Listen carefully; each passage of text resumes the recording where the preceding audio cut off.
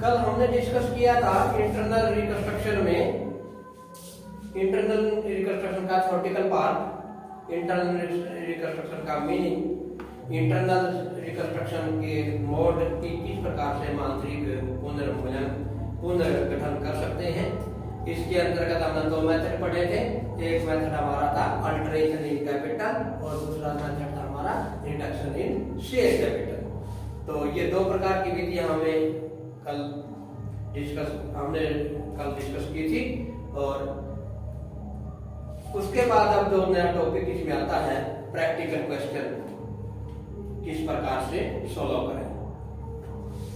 तो practical question में हमारे पास प्रैक्टिकल क्वेश्चन है, balance sheet of x limited is given follows. X limited company की, एक्स कंपनी की एक जो बैलेंस शीट है वो दी हुई है। बैलेंस शीट के अंतर्गत issued capital 10,000, equity share of 100, face value fully paid up है, sorry 10,000 share of 10 each fully paid up है। इक्विटी शेयर कैपिटल 1 लाख रुपए है। 10,000 7% preference share of 10 each fully paid up, 1 lakh रुपए कैपिटल है।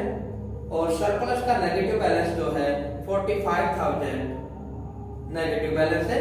तो लायबिलिटी साइड का जो टोटल है बैलेंस शीट का 1,55,000। सिमिलरली एसेट्स गिवन है, नॉन करंट एसेट्स है हमारे पास। नॉन करंट एसेट्स के अंतर्गत फिक्स एसेट्स है 40,000 की, गुडविल 10,000, करंट एसेट्स है। करंट एसेट्स के अंदर इन्वेंटरी है 25,000 और ट्रेड रिसीवेबल है 30,000। तो total of assets is 1,55,000। Reconstruction की स्कीम क्या लागू करना चाहती है कंपनी, वर्णन करती है company. It was resolved that equity share capital of 10 each be reduced to fully paid off of 6 each, and 7% preference share of 10 each to be reduced to 9 fully paid preference share of 7 each। अर्थात company पुनर्गठन में जो 10 रुपए face value का equity share है उसको 6 रुपए face value का इक्विटी शेयर में बदलना चाहती है। और दूसरा जो बदलाव है पूंजी के अंतर्गत 7% जो प्रेफरेंस शेयर है जिनकी फेस वैल्यू 10 रुपए है उसको कन्वर्जन करना चाहती है 9% प्रेफरेंस शेयर में और फेस वैल्यू 7 रुपए के साथ। दूसरा जो पॉइंट है इसके अंदर, number of share in each are remained the same. जितने भी शेयर्स होंगे प्रति कैटेगरी के, चाहे इक्विटी शेयर हो चाहे प्रेफरेंस शेयर हो, वो इक्वल रहेंगे। अर्थात 10,000 इक्विटी शेयर है तो अब भी 10,000 ही रहेंगे और 10,000 प्रेफरेंस शेयर है तो अब भी 10,000 प्रेफरेंस शेयर ही रहेंगे। It was further resolved that amount so available to use of the writing of the negative balance of surplus। जो किस प्रकार की स्कीम से रिकंस्ट्रक्शन का जो अमाउंट अवेलेबल होगा उसका यूज सरप्लस का जो नेगेटिव बैलेंस है, सरप्लस का जो नेगेटिव बैलेंस दिया हुआ है उसको हम राइट ऑफ करेंगे। उसके अलावा गुडविल राइट ऑफ की जाएगी और ही used if any be used to writing of the fixed asset। यदि फिर भी कोई अमाउंट रिकंस्ट्रक्शन अमाउंट में से बच जाता है तो जो हमारी स्थायी संपत्तियां हैं उनको हमने रिटर्न ऑफ करना है। They were arrear of preference share dividend for the last 3 years. It was decided that they may be cancelled।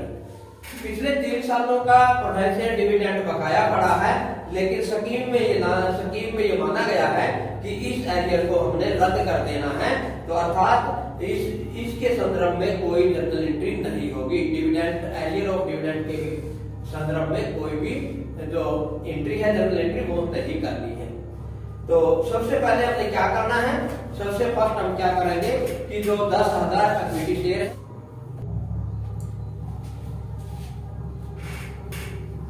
तो जर्नल एंट्री किस प्रकार से करेंगे हम, इस प्रकार की स्कीम जो रिकंस्ट्रक्शन की एक्ट द्वारा अडॉप्ट की गई है। सबसे पहले जो 10,000 equity share face value 10 each है, उसको हमने रिड्यूस करके 6 तक लेके आने हैं, 6 तक लेके आना है। तो जर्नल एंट्री होगी हमारी equity share capital ₹10, that is 1 lakh, to equity share capital ₹6, that is 60,000. Difference will be transferred in reconstruction account to reconstruction account.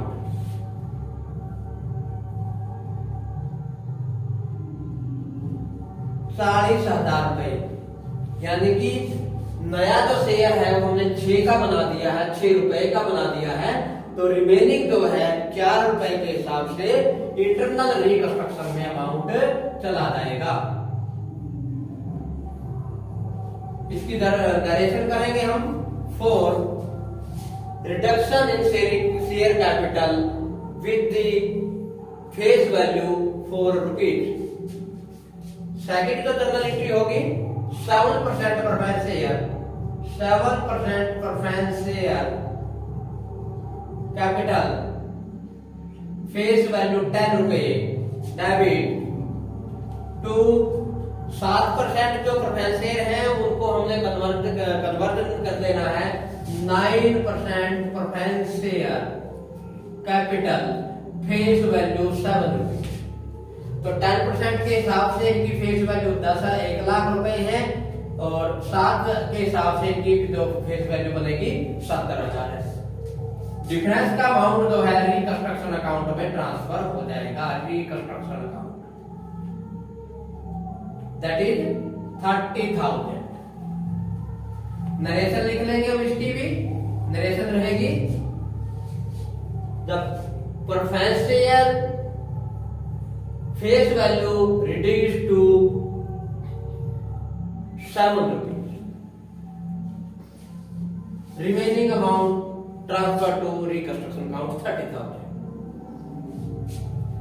इसके बाद रिकंस्ट्रक्शन में कोई लायबिलिटी जो है वो नहीं है, एज पर क्वेश्चन की जो टर्म एंड कंडीशन है। तो हमारे पास रिकंस्ट्रक्शन का दो जगह का जो अमाउंट है वो हमें क्रेडिट में मिला, 40,000 एंड का 30,000। तो जितना भी अमाउंट हमारे पास अवेलेबल है रिकंस्ट्रक्शन का, उसे हम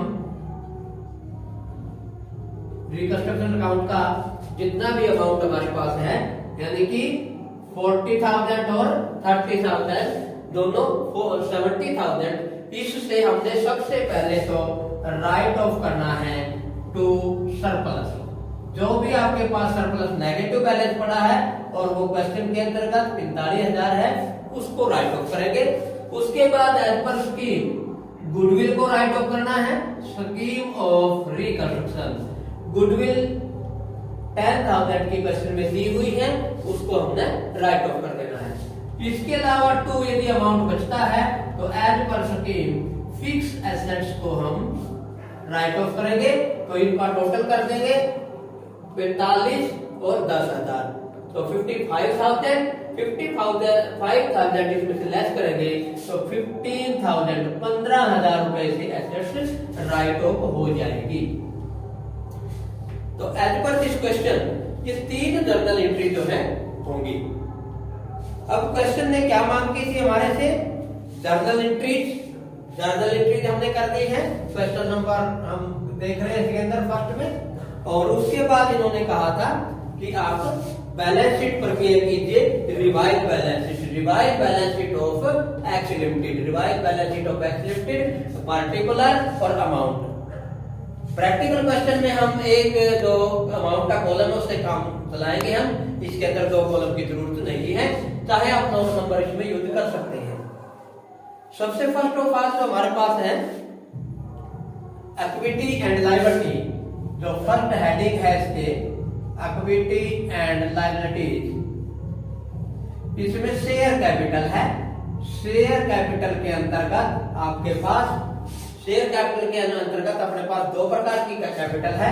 एक तो इक्विटी शेयर कैपिटल है, equity share capital that is 10,000 share at the rate of 6%।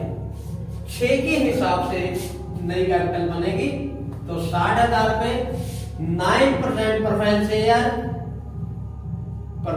Capital, face value at the rate of 7.8।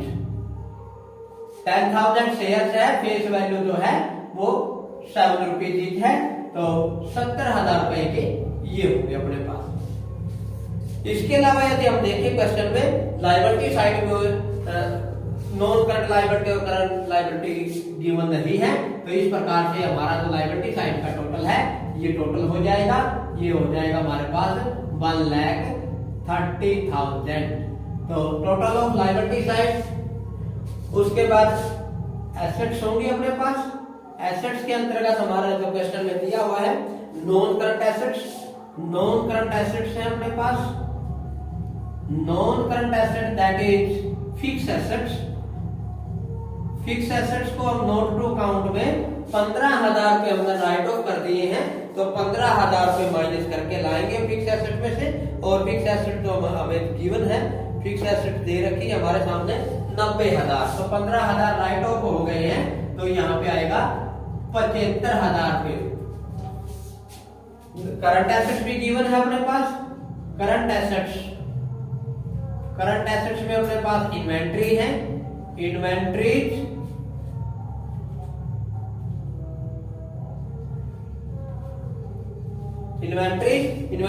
का अमाउंट इसमें दिया हुआ है 25,000 रुपए। इसके अलावा ट्रेड रिसीवेबल है, ट्रेड रिसीवेबल, और ट्रेड रिसीवेबल का जो अमाउंट है वो 30,000 है, 30,000 है। तो इसके अलावा और कोई एसेट्स नहीं है, तो हम टोटल कर देंगे, और जो टोटल है वो 1,30,000 बोथ केस, यानी कि लायबिलिटी साइड का भी 1,30,000 और एसेट साइड का भी 1,30,000। तो इस प्रकार से हम क्वेश्चन को, प्रैक्टिकल क्वेश्चन को सोल्व करेंगे। क्वेश्चन नंबर 2 में थोड़ा सा फर्क है, थोड़ा सा एक्स्ट्रा जो इसमें रिकंस्ट्रक्शन स्कीम कंपनी के द्वारा दी गई है। नोबल लिमिटेड एक कंपनी है जिसकी बैलेंस शीट जो है वो शो की गई है, और एज पर बैलेंस शीट जो टोटल ऑफ बैलेंस शीट है वो 16,70,000 रुपए है। और इंफॉर्मेशन गिवन है डिविडेंड और preference share in arrear from the 1 अप्रैल 2009। जो डिविडेंड है नोट टू अकाउंट के अंतर्गत, 1 मिनट रुकिए, स्टार्ट। नोट टू अकाउंट के अंतर्गत हमने डिविडेंड की वैल्यू कैलकुलेट करनी है। गिवन इन द क्वेश्चन कि 1 अप्रैल 2009, 1/4/2009 से बकाया पड़ा है डिविडेंड, और बैलेंस शीट जो हमारे पास है वो बैलेंस शीट है 12 की, 31 मार्च 2012 तक। तो कितने सालों का बकाया है हमें निकालना पड़ेगा। 31/3/2010 1 ईयर हो गई, 1/4/2010 से 31/3/2011 सेकेंड ईयर हो गई, 1/4/2011 टू 31/3/2012 3 ईयर हो गई। यानी कि 3 सालों का जो बैलेंस है डिविडेंड का वो एरियर के रूप में पड़ा हुआ है।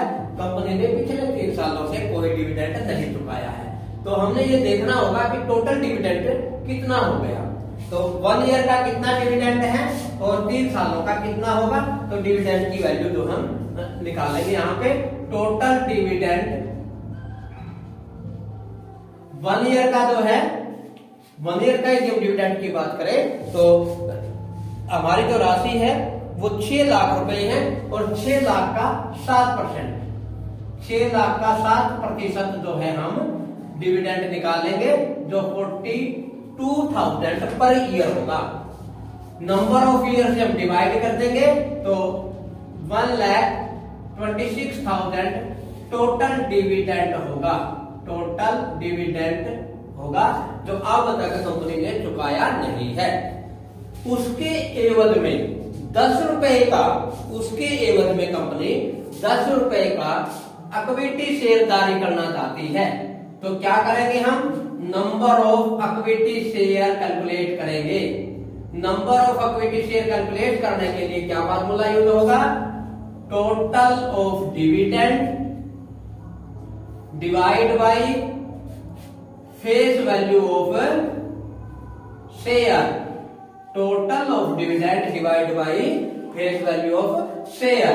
टोटल ऑफ डिविडेंड कितना है, 1,26,000 और फेस वैल्यू कितनी है 10, तो 12,600 जो शेयर है वो कंपनी निर्मित करना चाहती है।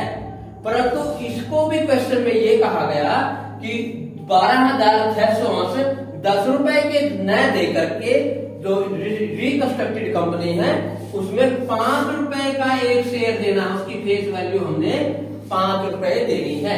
तो टोटल जो इसके संदर्भ में पेमेंट की जाएगी वो 12,000 इंटू 600 इंटू में 5, तो 63,000 रुपए की इक्विटी शेयर कैपिटल जो कंपनी है रिकंस्ट्रक्शन के बाद वो देगी इसको। इसकी जर्नल एंट्री क्या होगी, reconstruction to equity share capital. Dividend के रिगार्डिंग एक जर्नल एंट्री की जाएगी जो कि reconstruction to equity share capital rupees face value 5 और इज इक्वल टू 63,000।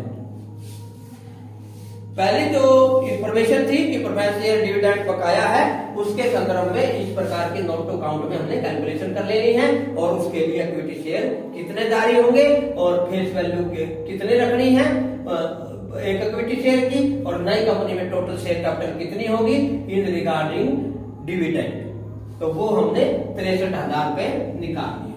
अब इसके बाद नेक्स्ट जो हमने क्या देखना है कि प्रेफरेंस शेयर जो पुराने हैं उनको कितना रखा है रिकंस्ट्रक्शन के बाद। तो 80 रुपए का जो 100 का प्रेफरेंस शेयर था उसको 80 तक का रखना है, और जो पुराना जो हमारा इक्विटी शेयर था 10 रुपए का उसके हमने 5 रुपए का बना देना है। उसके बाद जो है डिविडेंड की बात हमने कर दी है। Goodwill, advertisement expenses and share issue expenses को राइट ऑफ करना है। बिल्डिंग को रिटर्न ऑफ करना है 30,000 रुपए से, और the authorised capital is to be restored in original figure. जो हमारी जो अधिकृत पूंजी है उसकी मूल राशि तक लाना है। तो इससे जो क्वेश्चन में जो डिमांड की है एग्जामिनर ने कि क्या कैलकुलेट करें हम इसके अंतर्गत, नेसेसरी एंट्रीज हमने करनी है और रिवाइज बैलेंस शीट तैयार करनी है नोबल लिमिटेड की। तो सबसे पहले हम क्या करेंगे, अब इस पे जर्नल एंट्री करेंगे। Journal entry in the books of, ऊपर लिख देंगे हम journal entry in the books of noble limited. ये सेम प्रोसीजर रहेगा, पार्टिकुलर अलग अमाउंट रुपीज डेबिट और क्रेडिट, सेम प्रोसीजर रहेगा ये जैसे हम जर्नल में एंट्री करते रहे हैं। तो सबसे फर्स्ट जो एंट्री है हमारी, सबसे फर्स्ट एंट्री है प्रेफरेंस शेयर जो कैपिटल है वो हमारे पास 7% preference share capital face value 100, 6,000 preference share है, 100 का एक है तो 6 लाख रुपए हो जाएंगे। 2 नए जो प्रेफरेंस शेयर बनाने हैं हमें, वो भी प्रेफरेंस शेयर कैपिटल हमारी face value rate of dividend वही रहेगा 7%। New preference share capital face value 80 के हिसाब से हम करेंगे तो 4,80,000 रुपए। Remaining amount to be transfer in reconstruction account. Reconstruction account में रिमेनिंग अकाउंट को ट्रांसफर कर देंगे और वो आपका है 1,20,000 रुपए। नरेशन कर लेंगे। The scheme of reconstruction are to utilise the face value of preference share capital, preference share reduced to 80 each। Second जो है इक्विटी शेयर कैपिटल की बात है। Equity share capital face value 10 rupees है और 1,10,000 के हिसाब से 11 लाख रुपए की शेयर कैपिटल है। इसको रिड्यूस करके to debit to equity share capital ₹5। हमने इसका 5 रुपए बनाना है तो 5,50,000 रुपए। Remaining amount to be transferred in reconstruction account, that is 5,50,000 रुपए। नरेशन लिख लेंगे सिमिलरली इसकी भी कि जो इक्विटी शेयर कैपिटल है, शेयर्स की जो फेस वैल्यू है रिड्यूस टू 5 रुपीज। रिकंस्ट्रक्शन का 2 प्रकार का अमाउंट आया। जैसे हमने क्वेश्चन पढ़ा कि कोई भी ऐसी बैलेंस शीट में लायबिलिटी हानि की दशा में नजर नहीं आई तो केवल 2 अमाउंट हमारे पास ये होंगे। नोट टू अकाउंट में इसको टोटल कर लेंगे तो दोनों को यदि टोटल करेंगे तो रिकंस्ट्रक्शन का हमारे पास टोटल आ जाएगा।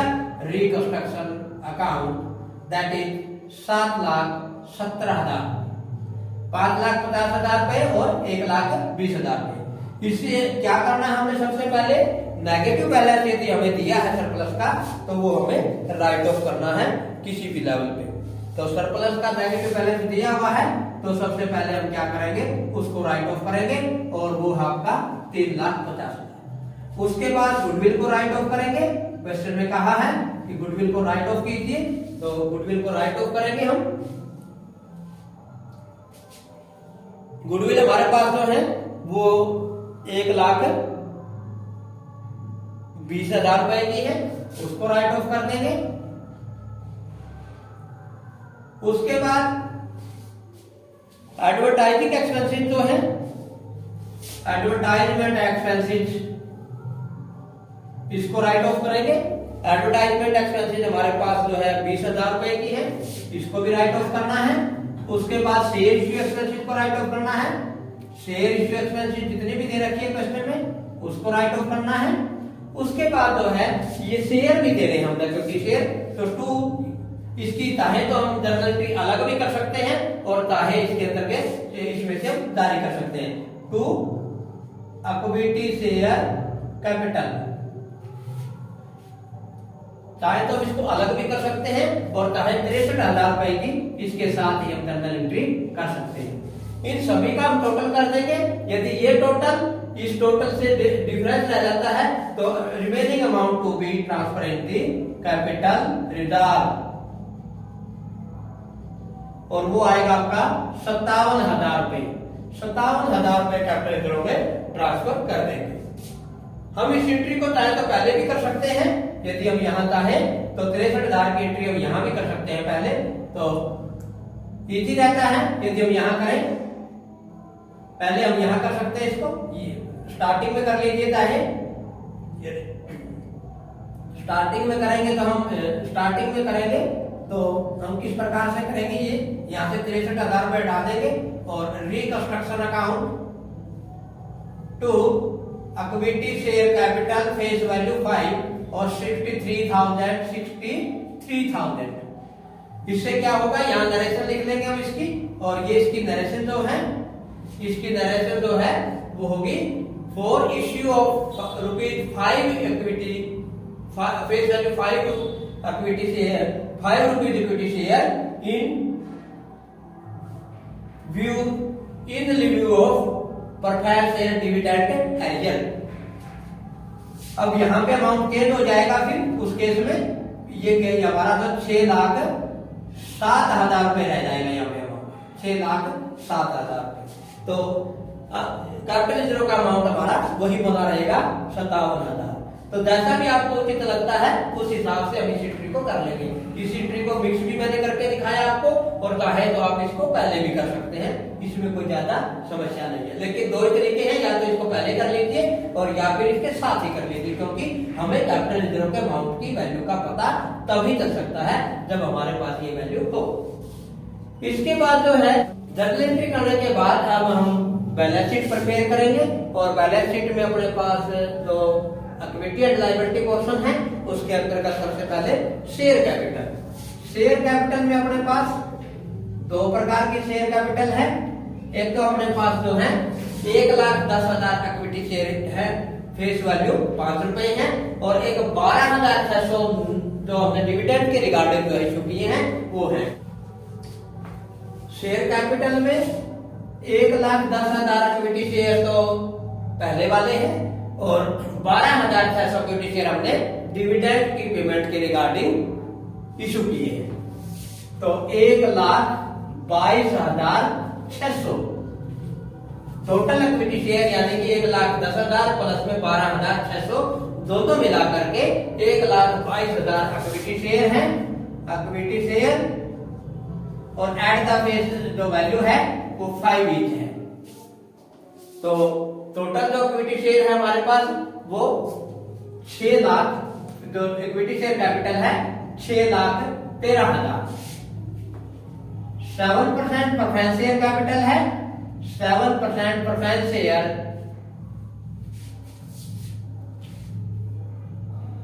6,000 प्रेफरेंस शेयर है at the rate of 80 each, 4,80,000 रुपए के ये है।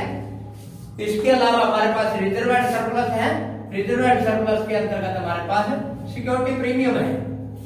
जितने का भी सिक्योरिटी प्रीमियम पैसे में दिया है उसका अमाउंट जो है वो हमारे पास है 1,00,000 रुपए का। इसके अलावा करंट लायबिलिटी गिवन है, और वो है हमारे पास 1,60,000 रुपए की करंट लायबिलिटी। करंट लायबिलिटी में ट्रेड पेबल गिवन है, और ट्रेड पेबल की वैल्यू जो है 1,60,000। रिजर्व एंड सरप्लस भी, कैपिटल रिजर्व भी रहा था सिक्योरिटी प्रीमियम में, वो भी आ जाएगा इसके अंदर। कैपिटल रिजर्व 57,000 रुपए का अपने पास कैपिटल रिजर्व जो था रिकंस्ट्रक्शन से ही अमाउंट आया था, तो ये भी हमने रिजर्व एंड सरप्लस में डालना है। सिक्योरिटी प्रीमियम के साथ ही हम इसको डाल देंगे। तो टोटल करेंगे हम बैलेंस शीट का, तो टोटल करेंगे तो हमारा जो बैलेंस शीट का टोटल है वो हमारे पास आएगा 14,70,000 रुपए, 14,70,000। इसी प्रकार से एसेट्स है, यहाँ लिखेंगे हम इसको टोटल ऑफ है लायबिलिटी, और एसेट्स है। एसेट्स के अंतर्गत हमारे पास जो क्वेश्चन में दी हुई है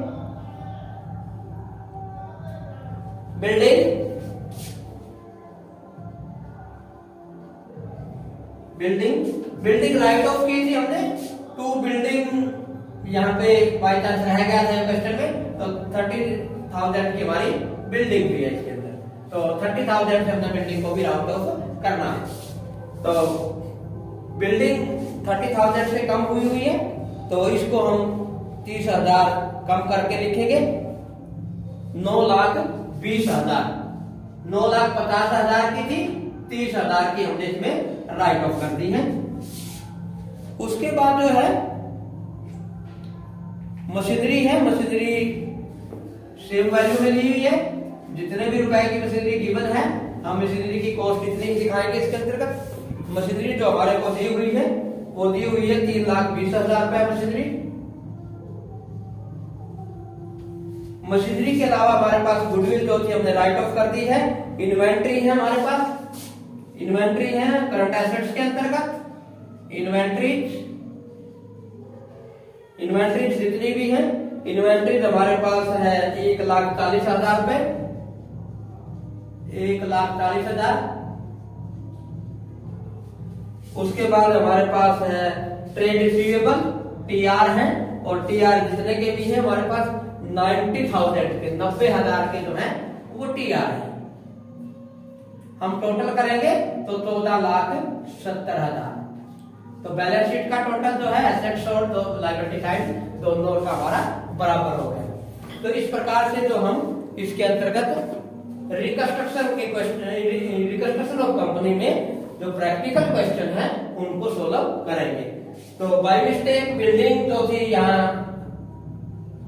राइट ऑफ करनी रह गई थी, क्वेश्चन में दिया हुआ क्वेश्चन नंबर डी में, तो सॉरी इसको आप देख लीजिएगा। बिल्डिंग जो हमें यहाँ 30,000 से राइट ऑफ कर दी है और रिमेनिंग अमाउंट जो है बैलेंस शीट में हमने शो कर दिया है। तो इस प्रकार से हम रिकंस्ट्रक्शन के टॉपिक के जो प्रैक्टिकल क्वेश्चन है उनको सोल्व कर सकते हैं। और ये बड़ा आसान सा और इजी सा मेथड है, अच्छा चैप्टर है, बड़ा इंपॉर्टेंट चैप्टर है।